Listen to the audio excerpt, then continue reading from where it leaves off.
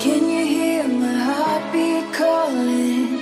Can you feel the love we're falling? Just take my hand and take me home tonight. Happy Monday, everyone. Hope you guys are doing well. It is currently 12 actually p.m. And yeah, I had an interesting experience. I finished doing about an hour and a half of interpreting this morning. So one of my French students runs a business and he has some clients in France. And he had a business meeting with them via Skype today. It wasn't a traditional interpreting setting per se. What I mean by that is my student did 90 or 80% of the talking. And even when the French people spoke back, like generally he'd understand. And I was kind of there for the 20% to make sure that if he missed something, I could fill him in on what happened, things like that. Or if he didn't know how to say something and that was really complex, maybe I would say it. But one of the really challenging parts was maintaining the exact meaning of what my student or my client, whatever, wanted to say. So sometimes he would say, oh, Azren, I want to say da da da da da da da da. And I might be able to say that using slightly different words in French. I'd have to paraphrase it, move things around, shift things around. But when you do that, sometimes you might lose a little bit of the feeling behind what he wanted to say. And so that was the hardest part, is like, how do I convey the exact feeling, even if sometimes like there might not be an exact translation into French for what he's trying to say. So it was really challenging. Especially because this is an added challenge, especially because for me, translating in my brain and switching between languages already is pretty challenging. It's already something that I find quite difficult. So really cool learning experience. Just take my hand and take me home tonight. We defeat all impossibilities. Yeah, you and me. We'll take our hearts and run free into the wild.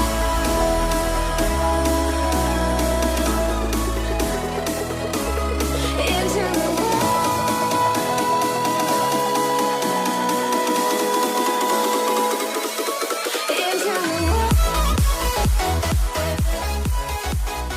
So it is like 3:21 now. I've been here for a few hours, 2-3 hours now, talking to different clubs on campus, and it's a little bit more of a time-consuming process than I originally expected because, there's a lot of good clubs and people to talk to, and one conversation can go for a long time, but overall it's going well. I've only really gotten through half of the clubs here, which is a little bit not great. I wanted to get through more by this time, but it is what it is. I mean, it kind of sucks because I had more planned that I have to get done today, so it might just mean a couple of later nights, but let's keep going and hope I can get it done.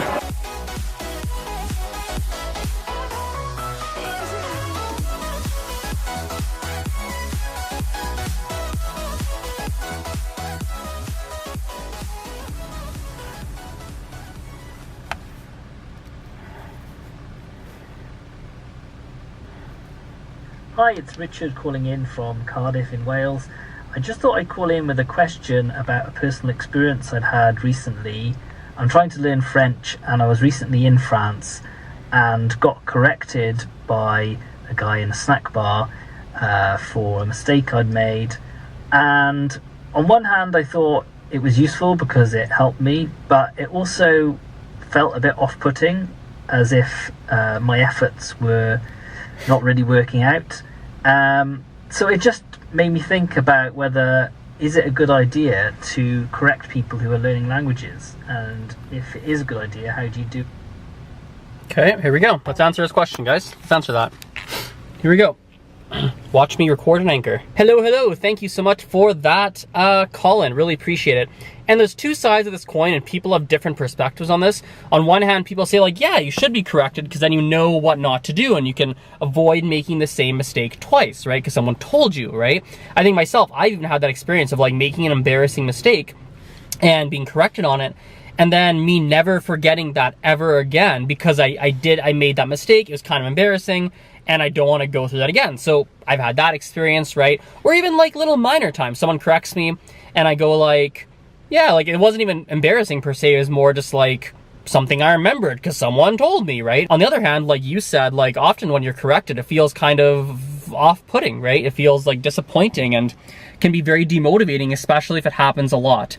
And my perspective on it is, I think, I think number one, you need to look yourself in the mirror and figure out what's best for you, because there isn't a number one answer. However, I will say this, as a general whole, I think a general rule of thumb is to put yourself in situations where you're going to be challenged, but also put yourself in separate situations where you are actually the top of the pack. I'll give you like a practical example of how it happened to me in a unintentional manner. So I was in China, I was taking a couple of different Mandarin classes, and the way that the school placed me in classes, for whatever reason, sometimes the class was way too hard, where everything I did was wrong, and I was like consistently corrected on a lot of things. And the other class I was in, I was significantly higher than the level that I was significantly better than everyone else in the class. So in those classes, everyone would look up to me. They'd be like, wow, Azren's so smart. Oh my goodness, you're so good. And in the other classes, people would be like, wow, Azren's got a long way to learn, because I was corrected so often, made so many mistakes, etc. And so that balance really helped me, because on one hand, I'd be able to quote unquote take like a beating. And what I mean by that is taking criticism, which is constructive criticism. But on the other hand, I had other environments where I was actually pumped up and I felt really good about myself. And I think as long as you have some sort of balance, and my perspective, I think for the majority of people, if you have some sort of balance, that constructive criticism is good. But I hope that was helpful. So anyway, let's wrap that up there. There we go. Yeah, I want to start doing this. Maybe I'll answer one question per vlog, or maybe what I'll do is in every single one of my YouTube vlogs, I will include a portion. Ooh, this feels right. I'll include a portion with just me to rant on a specific topic in some language, English, French, Spanish, Mandarin, whatever it is. Maybe that's what I'll do. I like that idea. I'll think on that. I think I'll probably give that a try over the next couple of days. Anything here? So you listened, anything you heard that was off from the recording? I ate half the pie, Mm-hmm. what I was trying to say. Yeah, no, it's fine. I'm not sure if there's anything you have to fix there. Nope. And quick note, I'm only gonna, if you want to do this differently, let me know. But my plan was to only do if you missed some key things. Key stuff. Okay. Like if you go if you miss a masculine, feminine, like something, whatever. But if you go oh, I went work, instead of I went to work, or yesterday I go work, okay. If I sound like a caveman. Yeah. If it's Okay. a major thing, then we'll stop it. If it's la mistake, I wasn't planning on stopping it, unless you want to go back and fix those. That's okay. Okay. Yeah. Once the big stuff's better, Cool. then... Perfect. That was the plan, so. Okay. Alright, let's keep listening.